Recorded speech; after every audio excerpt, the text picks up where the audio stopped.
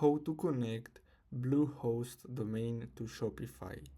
So the first step is to log in into your Shopify store, and then what you're gonna have to do next is simply click on domains on the left side under online store, and then what you're gonna have to do is simply select connect existing domain and then simply enter your Bluehost domain, and then you're gonna have to simply click on continue.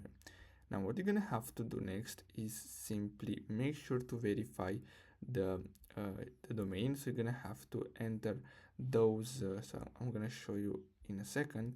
So you're gonna have to enter these into your Bluehost name servers, and basically after that you're gonna be able to use your Bluehost domain into your Shopify store. So as you can see, you're gonna have to change your CNAME and add those records, and basically that's it. So I hope you found this video helpful. Thanks for watching.